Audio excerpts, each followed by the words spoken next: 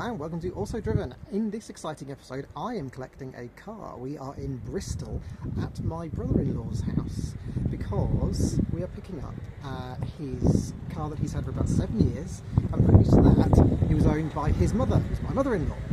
And I couldn't let it go to scrap because he's getting a new car, and I thought I couldn't possibly let it go to scrap because of what it was. Shall we reveal? We shall have a reveal. Reveal. Let's cut to reveal.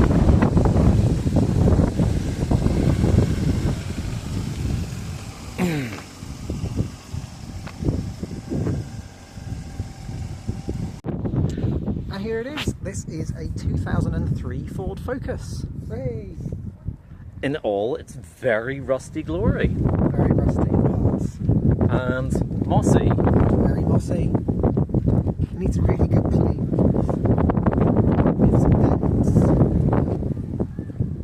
I think this is a car that is, it's not had a lot of love in recent months or years, has it? I don't think.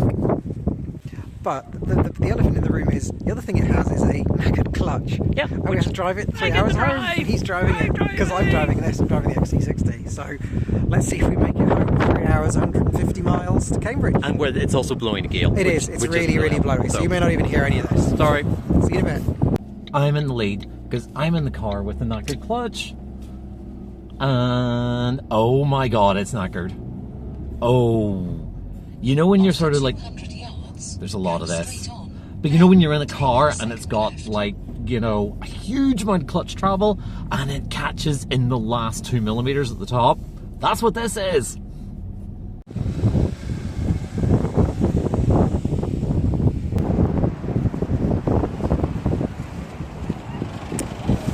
Well, how's it going? Well, we're at nearly 60 miles, and I have to say, for a 250-pound car, it's not doing too bad. Good. We bought this car for £250, and it came with half a tank of fuel, which will get us home. Interesting figures. Anyway, the car has performed very well. So far, the only issue we've had is one of the indicators stopped working, which was very quickly resolved by me banging the living daylights out of it. Anyway, onwards and upwards, hour and a half to Cambridge. Hopefully that's the high point of our problems. Low point, high point, whatever. Anyway, see you in a bit. Don't get too far ahead, the clutch is slipping on the uphill sections. Slightly bum-clenching drive last night. The clutch really started to give up on this thing at about sort of the last hour. So we managed to get back to the house, and no more. But we're going to let Siôn have a drive of it this morning and see how he gets on with virtually no clutch. So what am I supposed to be talking about? Okay, let's see how you get on with the clutch. Okay, good luck, mate. Okay, it's moving. It's moving, it hasn't died yet completely.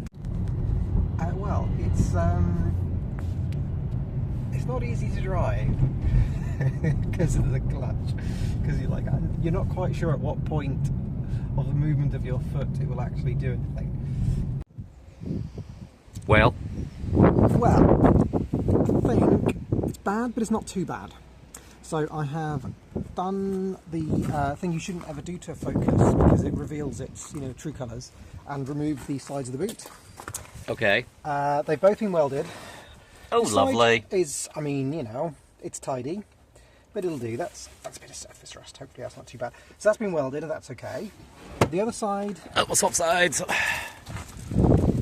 This side has also been welded, but there's still a big hole in it, but I think that's probably because it's been plated from the other side. Okay. I'll pull the wheel arch liner off in a minute and see. Other thing is, I've inspected the sills. They're actually in reasonably good condition. They've never been welded, other than I think there's been like some inner sill work gone on one of the sides, can't remember which. The back end of both sills are a little bit dodge. Other side worse than this one. The wheel arches are, scabby. They're not perfect. Interestingly, it's on its original exhaust, which you can tell because it's a one piece that goes over the subframe, and it's not ever been removed. So How is 114,000 miles in 24 years? I don't know. Like, considering the wheel arches haven't lasted that long. I know, it's weird. If they had made the rest of the car out of the metal they make the exhaust pipe out of, it would have lasted a bit longer. So that would possibly explain why it might be a bit buzzy at speed, because I suspect it probably hasn't really got any baffles left in the exhaust. It might also explain the slightly low idle. What? Where I thought it had been welded from the outside, that you could see the hole inside, it hasn't. It's just a hole. That's quite bad. It's kind of in there. Hi, boot. Oh, that thing's falling off it. Yeah, this bit's falling off it. Oh, right, most of your cars in your driveway in a heap now. And also that suspension turret does not look very smart. Why do you have the car? What's the reason we have this? Okay, so the reason we have this is that, well, twofold really. So my brother-in-law Brendan was getting a new car, and this was his car, and he was going to scrap this car for scrap money. And I said, well, instead of the scrap man getting it for scrap money, can I get it for scrap money? Because I've always wanted a Mark 1 Focus, and I like a car with a story. And the story of this car is that not only was it Brendan's car for the last sort of 7 or 8 years, before that it was his mother's car, which is my mother-in-law, and she bought it brand new in September 2003. So it's been in the family since it was absolutely brand new. So it kind of just felt like it would have been a shame to scrap it, given that it had that kind of connection.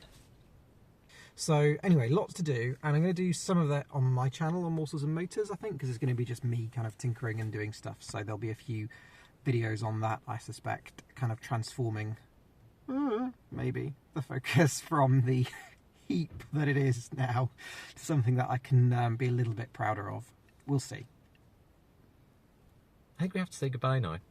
Yes, let's. See you in the next one. Thank you for watching.